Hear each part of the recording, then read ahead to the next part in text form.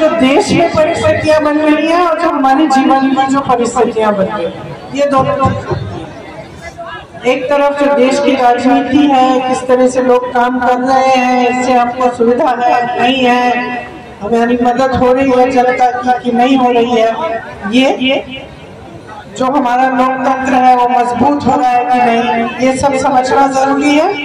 और दूसरी तरफ हमें अपने जीवन के अनुभव को गहराई से समझना चाहिए कि हमारे साथ जो हो रहा है वो क्यों और कैसे हो। तो सबसे पहले तो मैं आपके जीवन के बारे में बात करना चाहती हूँ,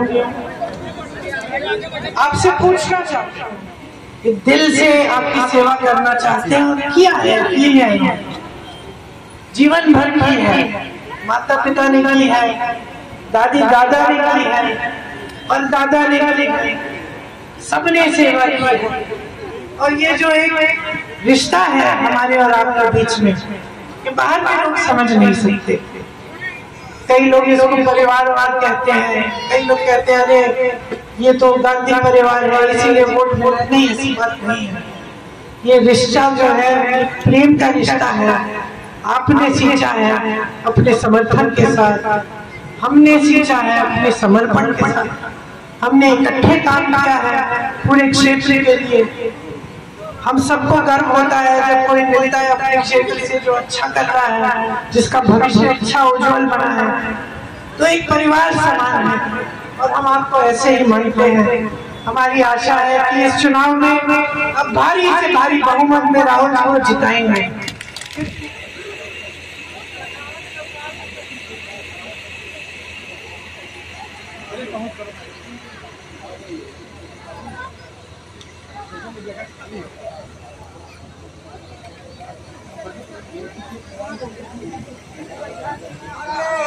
कांग्रेस की टोली संभाले, कुछ करने को मत वाले, तूफान से ताकत रखने वाले साथी है भारत के अगले पीएम राहुल। ऐसे नहीं, भारत के अगले पीएम राहुल गांधी है, वो भारत के अगले पीएम राहुल गांधी है। देखिए राहुल भैया क्या सोचते हैं हम सब के लिए कि दिनहीन की सेवा सुबह शाम करते हैं, सबकी गरीबों की मसीहा। आपने देखा कि राहुल भैया की जो सोच कितना आदर्शवादी है, कितना अच्छा हम लोगों के लिए। दिनहीन की सेवा सुबह शाम करते हैं, भैया ताली बजनी चाहिए। आज से कसम है कांग्रेस पार्टी की कि दिन में न आए न रात आराम करते हैं। मेरे राहुल जी का सपना स्मार्ट हो इंडिया अपना, भारत का मानो बढ़े जिससे प्रयास रहेगा इतना, विकास की गंगा बहाने वाले साथी है भारत के अगले पीएम। अब चूड़ी उड़ी ना खाएगा, खाएगा तो गजब। ऐसा बोलो कि रायबरेली ना कि विकास की गंगा बहाने वाले साथी है भारत के, एक शब्द बोलना है, भारत के अगले पीएम राहुल गांधी। हाय दीदी नमस्ते, नमस्ते। ऐसे बने रहेंगे तो राहुल का कल्याण हो जाएगा। फिर से पुनः वही बात, भारत के अगले पीएम राहुल गांधी है। क्या बात, युवा बेरोजगार किसानों की वो बात करते हैं, इसीलिए योजनाओं की बरसात करते हैं। प्रियंका दीदी का है कहना, सुनो भाई मेरी बहना, जन जन के साथ ही रहना, ये मेरे एकता भाईचारा की आंधी है भारत के अगले पीएम। इधर देखा नौजवान सब दादा एकदम कचका है ये राहुल भैया भैया मना दे भारत के अगले ये देखिए महाराणा प्रताप झांसी वाली रानी ना जाइए लक्ष्मीबाई भारत के अगले देख लीजिए इनका मीटर एकदम डाउन है। इसी के साथ हम बहनों से विदा लेना चाहेंगे। प्रियंका दीदी आने वाली है। जय कांग्रेस, विजय कांग्रेस।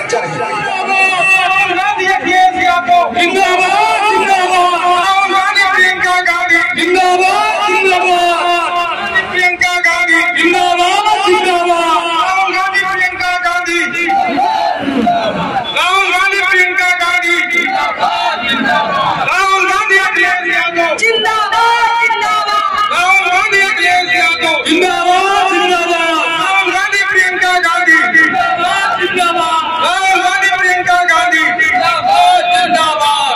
जोर से बोलिए आप लोग। गांधी अखिलेश यादव जिंदाबाद, प्रियंका गांधी अखिलेश यादव जिंदाबाद,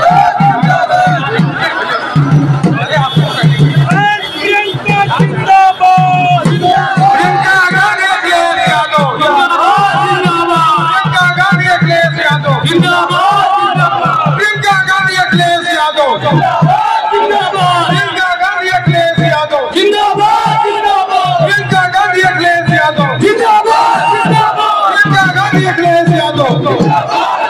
हमारे जिनका इंतजार था श्रीमती प्रियंका गांधी जी का वो आ चुकी है।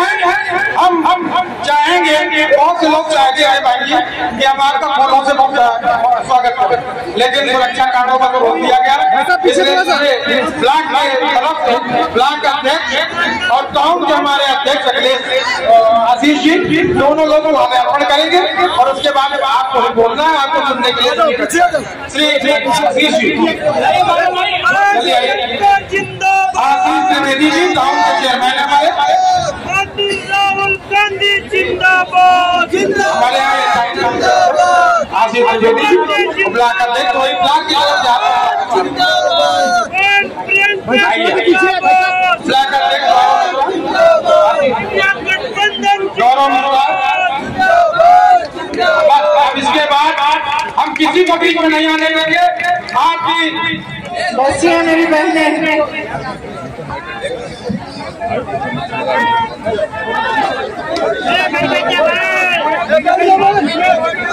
बहुत समय से इंतजार कर रही है।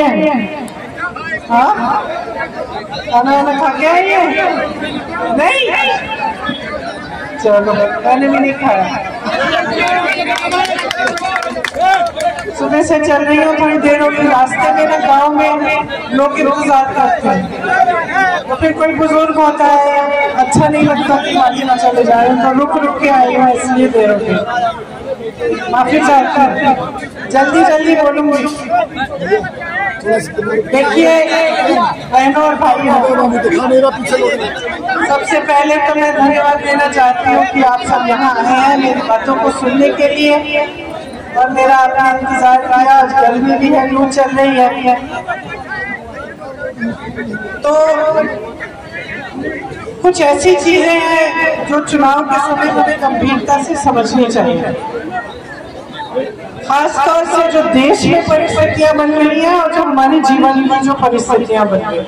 ये दोनों, एक तरफ जो देश की राजनीति है, किस तरह से लोग काम कर रहे हैं, इससे हमको सुविधा है नहीं है, हमारी मदद हो रही है जनता की कि नहीं हो रही है, ये जो हमारा लोकतंत्र है वो मजबूत हो रहा है कि नहीं, ये सब समझना जरूरी है। और दूसरी तरफ हमें अपने जीवन के अनुभव को गहराई से समझना चाहिए कि हमारे साथ जो हो रहा है वो क्यों और कैसे हो। तो सबसे पहले तो मैं आपके जीवन के बारे में बात करना चाहती हूँ, आपसे पूछना चाहती हूँ कि जीवन में तरक्की आनी चाहिए कि आपको लगता है कि ये तरक्की आई है कि नहीं आई? नहीं आई है। क्यों नहीं सोचा है कि नहीं आई है? सबसे बड़ी आपकी समस्या क्या है, कौन बताएगा? महंगाई और बेरोजगारी, अब थोड़ा ऐसे हो जाओ। महंगाई और बेरोजगारी सबसे बड़ी समस्याएं हैं। तो सबसे पहले मैं बेरोजगारी के बारे में बात करती हूँ। देखो, आज देश में 45 सालों में सबसे ज्यादा बेरोजगारी आज है। 70 करोड़ लोग आज देश में बेरोजगार हैं। 70 करोड़ लोग बेरोजगार हैं और 30 लाख पद सरकारी पद खाली पड़े हैं। इसका क्या मतलब है? इसका मतलब है कि जो रोजगार बनाने का काम करना चाहिए था सरकार को, वो सरकार ने नहीं किया।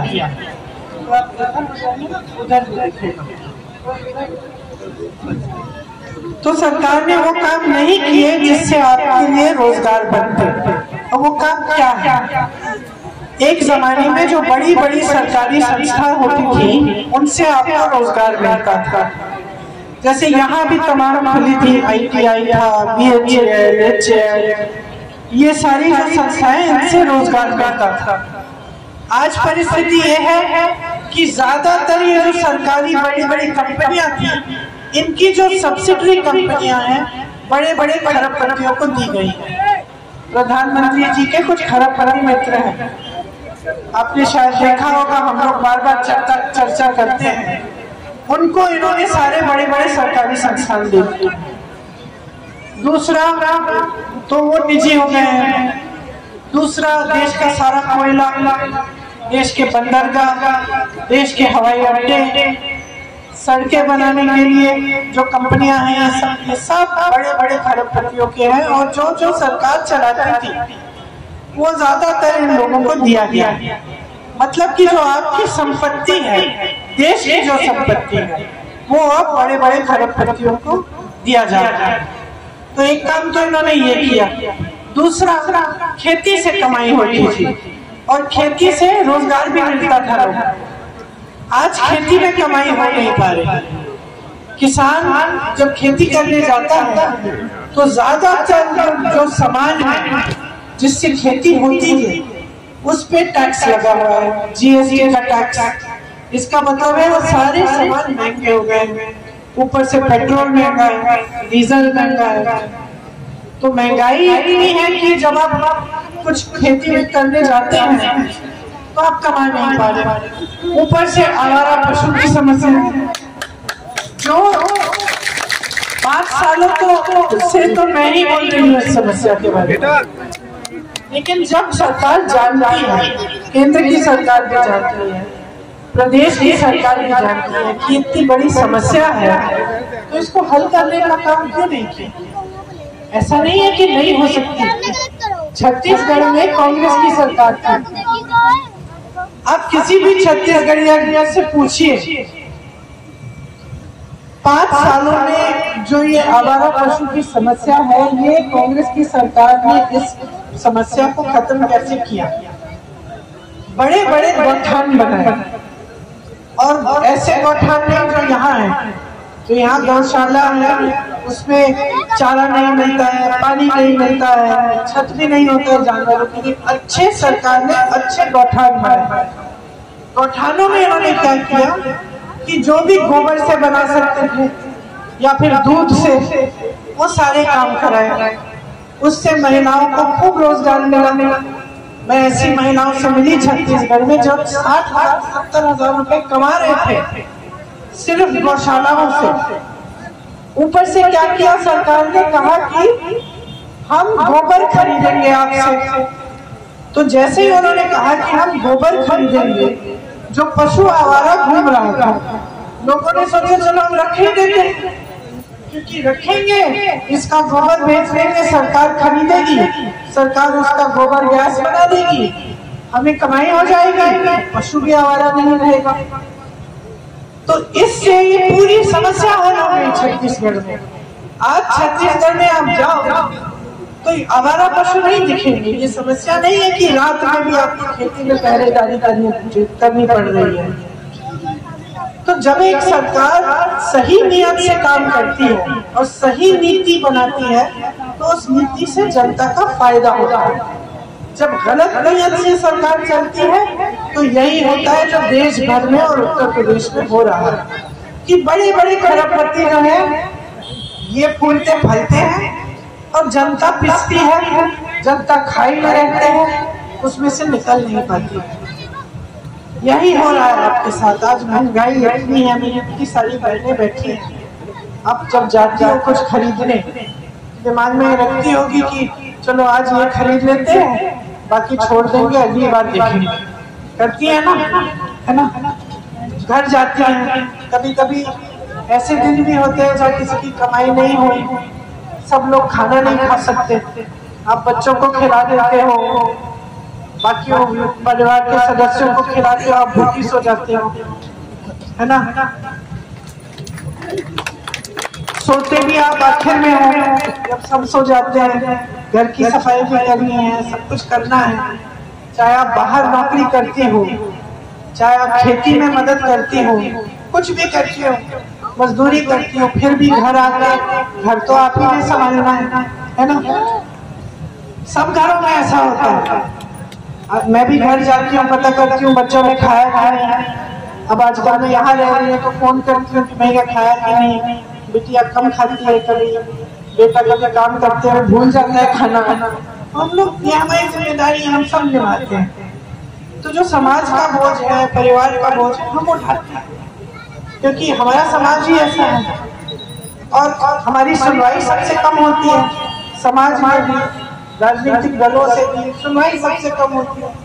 अब अगर आप देखो कि कितनी स्कीम की है महिलाओं के लिए प्रदेश सरकार ने, केंद्र सरकार ने, तो एक चीज निकाल पाओगे आप कि 5 किलो राशन मिल जाता है ना। और सबसे पहले तो मैं बताना चाहती हूँ कि ये स्कीम कांग्रेस पार्टी ने शुरू की थी, मोदी जी ने अपना नाम लगा दिया इसमें, ठीक है, अच्छा है, ठीक, लेकिन इससे होगा क्या? जब ये 5 किलो राशन खत्म होता है तो पूरे परिवार के लिए भी पूरा नहीं होता है, तो आगे क्या होता है? फिर आप निर्भर हो जाती है कि कब सरकार देगी, 5 किलो और कब मिलेगा, और फिर अगले महीने फिर आगे बढ़े, फिर तो अपने पैरों में तो नहीं खड़ी हो सकती ना इससे। और ना आपका परिवार खड़ा हो सकता। परिवार आप अपने पैरों पे तब खड़ी होंगी जब किसी की स्थायी नौकरी होगी, जब ये जो महंगाई है जिससे पिस रहे हो इससे राहत मिलेगी, क्योंकि अगर राहत मिलेगी तो बचत होगी। आज सिलेंडर 1200 का मिल रहा है, सोच भी नहीं सकते थे हम कि एक सिलेंडर 1200 का मिलेगा। बच्चा बीमार पड़ जाता है, इलाज कराना पड़ता है, पैसे कहाँ से आएंगे?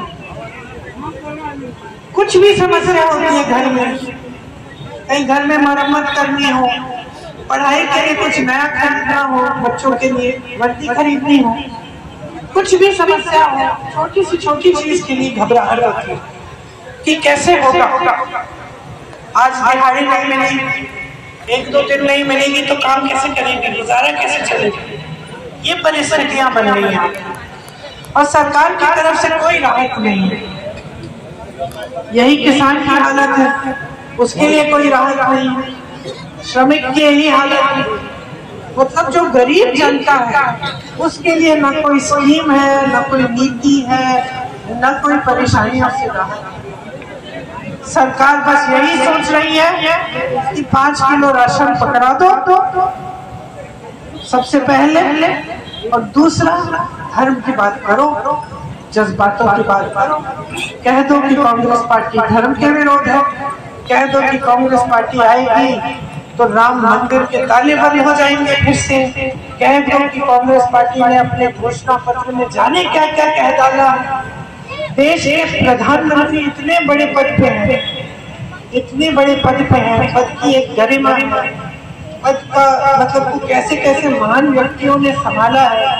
आज देश के प्रधानमंत्री आके आपको चुनाव सभा में कह रहे हैं कि कांग्रेस पार्टी आपके घर में आएगी और आपकी 2 भैंस हैं तो 1 भैंस चुरा लेगी। आप सोचिए, मतलब अगर प्रधानमंत्री ये बात नहीं कहते तो हम लोग हंसते कि भैया क्या बेवकूफी की बातें कर रहे हैं कि हमारे घर में घुसकर कोई नेता आएगा हमारी भैंस चोरी कर लेगा कांग्रेस पार्टी का। सच्चाई क्या है? सच्चाई ये है कि इनकी भैंस गई पानी।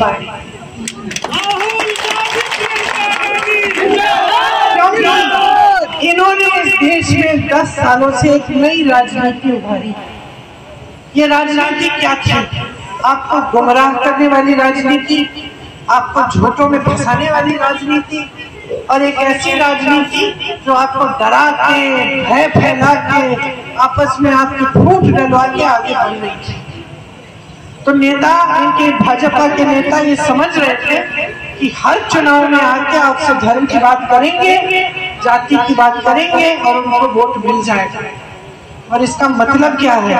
मतलब है कि काम नहीं करना पड़ेगा, क्योंकि वोट तो हमें मिल ही रहा है। तो हमने किसी का नलका नहीं लगाया, या हमने किसी की सड़क नहीं बनाई, या हमने किसी के लिए घर नहीं बनाया, या महंगाई इतनी बढ़ गई कि लोग रो रहे हैं, या किसान खेती नहीं कर पा रहा है। इससे हमारा क्या लेना देना? हमें तो बस धर्म की बात करनी है। दुर्दुरिया कराएंगे चुनाव से पहले, महिलाओं के घर चले जाएंगे, बोलेंगे कि भगवान के नाम शपथ ले लो कि वोट हमें दोगे भगवान के नाम से, और हमें और कुछ काम करना ही नहीं। तो इनके नेता बस यही करते रहते हैं, बड़े बड़े इवेंट करेंगे, बोलेंगे लोग कि मोदी जी सबसे दुनिया के सबसे सक्षम प्रधानमंत्री हैं, सबसे ज्यादा सत्ता इनके पास है, चुटकी भर में ये जंग बंद करा सकते हैं पूरी दुनिया की। ये सब बातें हम फैलाएंगे अपने बारे में, सारी सत्ता रखेंगे। चुनाव आएगा तो धर्म की बातें, बेचारी महिलाएं जो गांव के लोग हैं वो सारे धर्म को मानते हैं, हम सब मानते हैं, सबके लिए भगवान प्यारे हैं, सब प्रार्थना करते हैं, सबकी श्रद्धा है। देश में तो ऐसा कोई नहीं है, चाहे किसी भी धर्म का हो, जिसके मन में भगवान के लिए श्रद्धा नहीं है, तो सब मान जाते हैं बातें। लेकिन अब जनता समझने लगी है कि जो चुनाव है वो अलग चीज है, जो धर्म की बातें हैं वो अलग चीज है। अब जनता समझ रही है कि धर्म का नाम ले लेकर हमारा वोट ले रहे हैं लोग, लेकिन जब काम की बात होती है तो कुछ नहीं। मंच पे आते हैं 5 साल बाद, न रोजगार की बात करते हैं, न महंगाई की बात करते हैं, न किसानों की बात करते हैं, किसी की बात नहीं करते, न महिलाओं की करते हैं। खुलेआम जो महिलाओं के साथ अत्याचार हो रहे हैं, खुलेआम जो अत्याचार कर रहा है उसकी रक्षा हो रही है। महिलाएं मेडल जीत के आ रही है ओलंपिक में, प्रधानमंत्री जी उनको घर बुला रहे हैं, कह रहे हैं आइए, फोटो खिंचवा रहे हैं। उस समय छपवा रहे हैं अखबारों में कि महिलाएं मेडल लाई और ये सिर्फ मोदी जी है तो मुमकिन है। उस समय जब वही महिला आकर कहती है कि मेरे साथ अत्याचार हुआ, आपके नेता ने किया, मेरी बात सुन लो, तो प्रधानमंत्री जी उनकी बात ही नहीं सुनते, उनके पास भी नहीं जाते, उनको घर नहीं बुलाते, बल्कि जिसने वो अत्याचार किया उसको बचाते हैं। उसके बेटे को टिकट मिल रहा है इस चुनाव में। हाथरस में क्या हुआ? एक महिला पे अत्याचार किया गया, उसको जला डाला, प्रशासन ने कुछ नहीं किया। मैं वहां गई थी उनके घर, माँ बाप ने बताया कि उनको देखने भी नहीं दिया अपनी बेटी को, रात को उसको जला दिया, सारी क्रियाक्रम कर दिए, माँ बाप को करने भी नहीं दिया। उन्नाव में हुआ यहीं पे आपके पास। उस परिवार पे क्या नहीं बीता, बेटी का बलात्कार किया गया, उसको जलाकर मार डाला, भाइयों को पीटा, भाभी जी को धमकाया, छोटी बच्ची 9 साल की थी, स्कूल जाती थी, उसको धमकाया किसी स्कूल मत भेजो वरना इसके साथ भी ऐसा होगा। उसके खेत जला दिया पिताजी के, फिर भी वो लड़की संघर्ष कर रही थी, उसको मार डाला, किसी ने कुछ नहीं किया उसके लिए। किसानों को कुचला इन्होंने, लखीमपुर खेरी में अपनी जीप के नीचे इन्हीं के नेता के बेटे कुछ नहीं किया, उस नेता को बचाया, उसके बेटे को बचाया। मणिपुर में अत्याचार हुआ महिला के साथ, पूरे देश ने देखा वीडियो उसका, इन लोगों ने कुछ नहीं किया उसको रोकने के लिए। और बार बार ऐसा होता है। अब कर्नाटका में हो रहा है अत्याचार, इनकी पार्टी के साथ मिलजुल कर प्रधानमंत्री के मंच पे वो आदमी जिसने 200 महिलाओं का के साथ अत्याचार किया है, 200 महिलाओं के साथ प्रधानमंत्री खड़े हैं, उसके लिए वोट मांग रहे हैं। जब बात बाहर आती है वो विदेश चले जाता है। तो प्रधानमंत्री ऐसा करते हैं जैसे दुनिया के सक्षम प्रधानमंत्री, और उनको पता नहीं चला कि ये आदमी विदेश चले गए।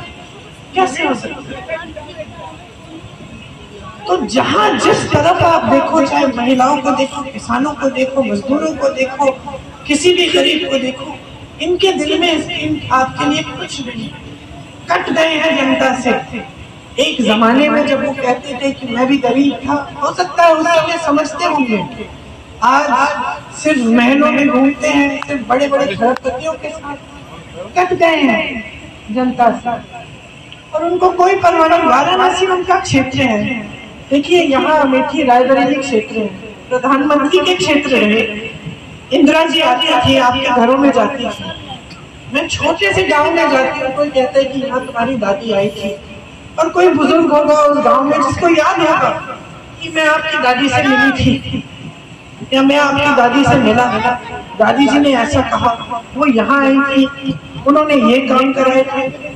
अमेठी जाती हूँ, वही वहां पे बताया जाता है पिताजी खुद गाड़ी चला के जाते थे, घरों के अंदर समस्या होती थी उसको सुलझाते थे। मैं हवाई जहाज से आ रही थी यहाँ, मैं बता रही थी अपने साथियों को, क्योंकि वो कुछ नौजवान हैं, मैं बुढ़ी हो रही हूँ, तो मैं बता रही थी उनको कि जब हम आते थे तो तमाम जमीन ऊसर होती थी, हाँ, सफेद होती थी जमीन, ऊपर से दिखता था। और मेरे पिताजी हम ऐसी स्कीम लाए ऊसर जमीन को ठीक में हरियाली लाने की। तो जो अमेठी में आज हमें हरियाली दिखती है वो एक जमाने में नहीं थी। और यहाँ हमारे प्रधानमंत्री 10 सालों से वाराणसी क्षेत्र के सांसद हैं। मैं दावे के साथ कह सकती हूँ, एक जगह मुझे फोटो दिखा दे कि किसी के घर में गए, किसी एक गरीब के घर में गए हो पूछने के लिए कि तुम्हारा जीवन कैसा चल रहा है, कि तुम खेती से कमा पा रहे हो कि नहीं, कि तुम्हारे बच्चे को रोजगार मिल रहा है कि नहीं कहीं। क्योंकि इन्होंने जो राजनीतिक जो सिलसिला इन्होंने शुरू किया, जो इनकी राजनीतिक सभ्यता है वो यही है कि सत्ता लो, अपने बड़े बड़े खरबपति मित्रों को, अपने नेताओं को, उनके भविष्य को मजबूत बनाओ, देश की संपत्ति उनको पकड़ाओ, और देश का जो आम आदमी है, जो गरीब है, जो मजदूर है, जो किसान है, जो गरीब महिला है, उसको खाई में छोड़ दो। क्योंकि ये सोचते हैं कि जब तक आप खाई में रहेंगे तब तक आप जागरूक नहीं होंगे। ये सोचते हैं जब तक आप गरीबी की खाई में रहेंगे तब तक टीवी पे कुछ भी दिखा देंगे आप सच्चाई मान लोगे, तब तक कोई आगे आपके कुछ भी बोल देगा आप सच्चाई मान लोगे। आज प्रधानमंत्री जी खुद झूठ पे झूठ बोल रहे हैं, कोई पूछने वाला नहीं रहा। ये सारे टीवी वाले जो है सब खरबपतियों के लिए काम कर रहे हैं, सारी बड़ी बड़ी खरबपतियों की कंपनियां हैं, कोई सच्चाई नहीं दिखा रहा है आपको। मुझसे पूछते हैं, जब मुझसे पूछते हैं मैं उनसे उल्टा सवाल करती हूँ कि आप बताओ ना, आपको क्या लगता है? मुंह बंद हो जाता है, बोल नहीं पाते, क्योंकि इन सबका मुंह बंद किया गया है। तो देश में जागरूक होना ना आज आपकी सबसे बड़ी जिम्मेदारी है। मैं भी आपको कुछ कह रही हूँ यहाँ खड़े होकर, अब मैं कह रही हूँ, जैसे मैं आपको बताऊंगी, अभी कांग्रेस पार्टी कुछ गारंटी लाई है। गारंटी का मतलब जैसे आप कुछ खरीदते हो दुकान से, मान लो आपने टीवी खरीद लिया, उस पर गारंटी आती है कि ये टीवी अगर टूट जाएगा हम इसको ठीक कर देंगे। तो हम कह रहे हैं, हम भी गारंटी दे रहे हैं कि जो हम कह रहे हैं वो होगी बात। कैसे कह रहे हैं? हमने करके दिखाया है। आज हमारी सरकार तेलंगाना में, कर्नाटका में, हिमाचल प्रदेश में है। वहाँ चुनाव से पहले हमने कहा था कि हम महिलाओं के खाते में 2000 रुपए डलवाएंगे। आज कर्नाटका की महिलाओं से पूछो, प्रदेश सरकार दे रही है, खाते खुलवाए हैं, 2000 रुपए जा रहे हैं। आज आप अगर कर्नाटका की किसी महिला से पूछेंगे कि कांग्रेस ने क्या गारंटी दी थी, वो बताएगी कि कांग्रेस पार्टी ने कहा था कि बस की यात्रा मुफ्त में होगी। पूछो हो रही है? बताएगी हो रही है। आज कर्नाटका में महिलाएं तीर्थ यात्रा पे जा रही है, थोड़ी दूर रखेंगे, मतलब अकेली नहीं, अपने परिवार को लेकर, उनकी यात्रा मुफ्त। अपने मायके जाना है, बस पकड़ो चले जाओ, मुफ्त यात्रा। किसी रिश्तेदार से मिलने जाना है, बस पकड़ो जाओ, मुफ्त यात्रा। बहुत सुविधा हो रही है, बहुत खुश है महिलाएं। तो इस तरह की गारंटी हम ला रहे हैं जो हम पूरा कर सकते हैं और हम पूरा करेंगे। इसमें क्या क्या है? सबसे पहले तो मेरी बहनें, हर गरीब परिवार में जो सबसे बड़ी महिला है उसके खाते में हम सालाना 1 लाख रुपए डालेंगे। ये पैसे हर महीने आपको 8,500 रुपए मिलेंगे और पूरे साल में आपके 1 लाख हो जाएगा। इसके अलावा जो सरकारी नौकरी है उस 50% सब महिलाओं को मिलेगी, मतलब आधी नौकरियां महिलाओं को मिलेगी। इसका मतलब ये नहीं है कि जो पहले से आरक्षण है वो जाएंगे, वो सारे पहले के आरक्षणों के तहत। तो मान लो अगर ओबीसी का आरक्षण है इतना, उसमें से फिर आधी ओबीसी महिलाएं होंगी, आधी, ठीक है। तो एक ये है। तीसरी बात, आशा, आंगनबाड़ी और जो मिड डे मील वाली महिलाएं हैं उनका मानदेय बहुत समय से वहीं का वहीं अटका हुआ। मैं जानती हूँ कि आप 9 महीनों के लिए एक महिला को अगर देखती हैं जो आशा बहुएं हैं, फिर आपका अंत में पूरे पैसे भी नहीं मिलते। तो हमने कहा है कि जो केंद्र सरकार की तरफ से पैसे आते हैं मानदेय के लिए, उसको दुगना किया जाए, मतलब आपका मानदेय बहुत बढ़ जाएगा। किसानों के लिए जितनी भी सामान आप खेती के लिए इस्तेमाल करते हो उसको हम जीएसटी मुक्त कर देंगे, मतलब जो महंगे पड़ रहे हैं वो सस्ते हो जाएंगे। आपकी कर्ज की माफी के लिए एक स्थायी आयोग बनेगा, ताकि जब कर्ज होंगे अगर आप कागज दिखाएंगे तो आयोग के द्वारा आपके कर्ज माफ हो सकेंगे। जो न्यूनतम समर्थन मूल्य का विषय है, न्यूनतम समर्थन मूल्य आपका अधिकार बन जाएगा, मतलब कानूनी अधिकार बनाएंगे। तो जो आपको आपकी खेती के उपज के लिए आपको मिलना चाहिए सरकार से, सरकार को देना ही पड़ेगा। फिर नौजवानों के लिए 30 लाख जो पद खाली है उनको भरा जाएगा। इसके अलावा 5,000 करोड़ रुपए का फंड बनेगा कि कोई नौजवान अपनी छोटी सी कंपनी खोलना चाहे, छोटा सा यूनिट खोलना चाहे, कुछ बनाना है, खुद अपना बिजनेस करना है, उसके लिए आपको सुविधाएं इस फंड से मिलेंगी। स्नातक पास जो बच्चे हैं उनके लिए एक और गारंटी है कि देखिए जो अमीर लोग हैं और जो बड़े बड़े परिवार के लोग हैं, जब बच्चा पढ़ लिख लेता है तो उसको एक अप्रेंटिसशिप या इंटर्नशिप में भेज देते हैं, उससे वो सीख भी लेता है, जैसे कोई व्यापार या कुछ है उसके बारे में सीख लेता है, उसके साथ साथ उसको थोड़े बहुत पैसे भी मिल जाते हैं तो उसका गुजारा हो जाता है। लेकिन ये सुविधा गरीब बच्चों के लिए आज तक उपलब्ध नहीं है। हम कह रहे हैं कि गरीब परिवारों में जो बच्चे स्नातक पास हैं उनको भी सालाना 1 लाख रुपए तक की हम अप्रेंटिसशिप कराएंगे।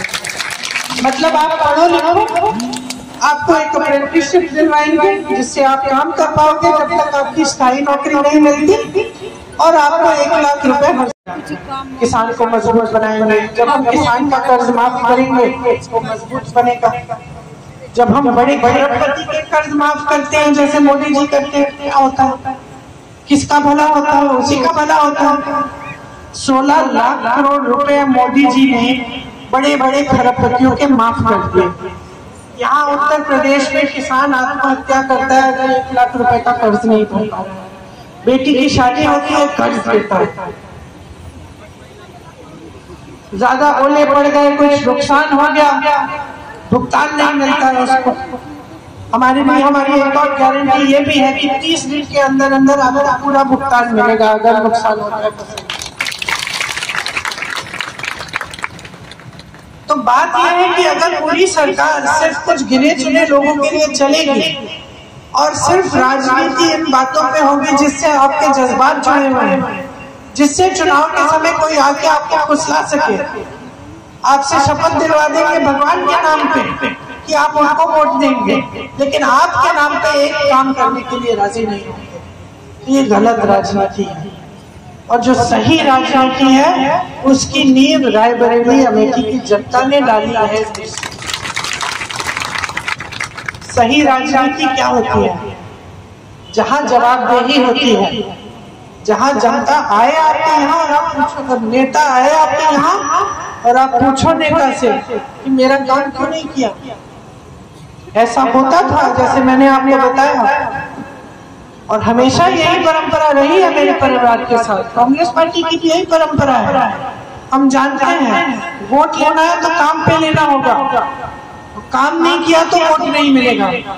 लेकिन देश में जो सिलसिला बदल रहा है कि नेता सोचते हैं कि कुछ भी कर ले, चुनाव के समय धर्म की बात करके वोट ले लेंगे, ये अच्छा सिलसिला गलत है। आपने यहाँ पे 103 साल पहले अंग्रेज साम्राज्य के खिलाफ आंदोलन आपने किया, रायबरेली के किसानों ने किया। एक पासी नेता थे उस समय, वो खड़े हो गए, सब किसानों को इकट्ठा किया और उन्होंने आंदोलन किया। हमारे परिवार के सदस्यों ने सुना कि वहां आंदोलन हो रहा है, तब वो आए आंदोलन का समर्थन करने और आपके साथ आंदोलन में शामिल होने के लिए। लेकिन जागरूकता किसकी थी? आपकी जनता की थी। रायबरेली की अपनी जागरूकता थी कि आपने उस समय भी आंदोलन किया। तो जब लोग कहते हैं कि आप हमारे परिवार से जुड़े हो, हम तो आपकी पुकार सुन के आए, आपका मिसाल बन के आए। हमने देखा, मोतीलाल नेहरू जी ने देखा, जवाहरलाल नेहरू जी ने देखा कि ये तो किसान ये खड़ा हो गया है, इतना बड़ा साम्राज्य, इतनी सत्ता, और किसान, गरीब किसान खड़ा हो गया, ये आंदोलन कर रहा है, तभी आए, आप खींच के लाए हो। और तब से 4 पुश्तों पहले से 4 पीढ़ियों बाद आज भी हम इसलिए आपके साथ जुड़े हैं क्योंकि ये इस देश को सही दिशा दिखाने वाले हमेशा आप रहे हैं। कभी कभी हमसे भी गलतियां हुई हैं, आपने दंड दिया। इंदिरा जी जैसी हस्ती को आपने एक बार यहाँ से हटा दिया क्योंकि आपको लगा कि जो लोकतंत्र के लिए ठीक नहीं है जो हो रहा है। इसीलिए मैं आज आपके पास आई हूँ क्योंकि आज फिर से लोकतंत्र के लिए ठीक नहीं है जो हो रहा है। जो हो रहा है देश में आज कि लोकतंत्र को कमजोर किया जा रहा है, जनता को कमजोर किया जा रहा है, संविधान बदलने की बातें हो रही है।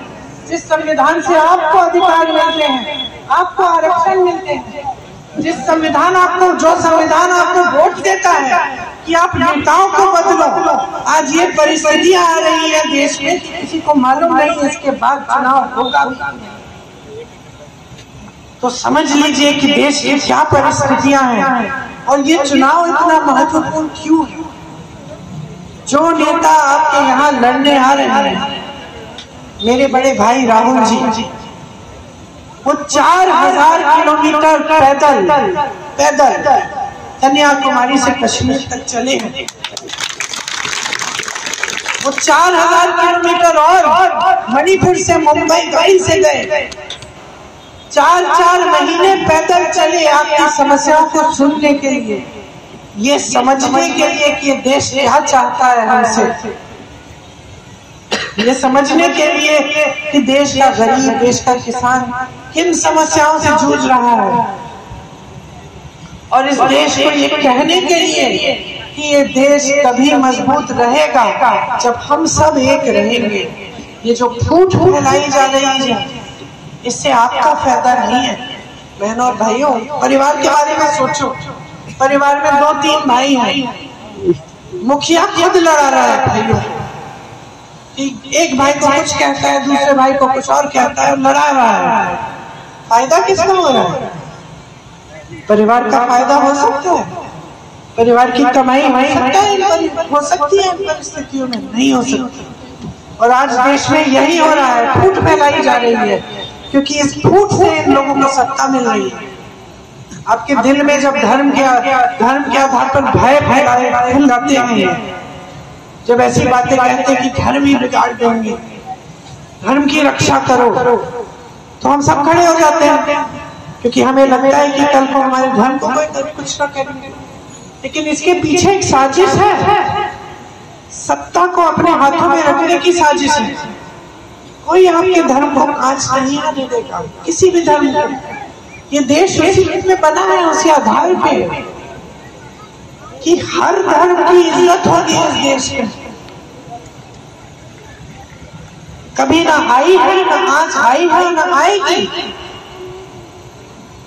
तो ये बातें आपको समझनी है कि समस्या तब आएगी जब आप लड़ोगे। क्योंकि याद रखना कि किसी लड़ाई में किसी नेता की मौत नहीं होती, किसी नेता की हत्या नहीं होती। लड़ाइयों में जब ये इस तरह के फूट फैलाते हैं, जो बड़े होते हैं अपने घरों में छुप जाते हैं। दंगा होता है, किसका नुकसान होता है? किसके घर जलाए जाते हैं? फूट फैलती है, किसका नुकसान होता है? जब गांव में नफरत फैलती है, किसका नुकसान होता है? किसी नेता का नहीं होता। नेता तो फायदा उठाता है, खास तौर से इस तरह के राजनीतिक दल जो चुनाव के समय आपसे धर्म के नाम पे वोट मांगते हैं, वो फायदा उठाते हैं।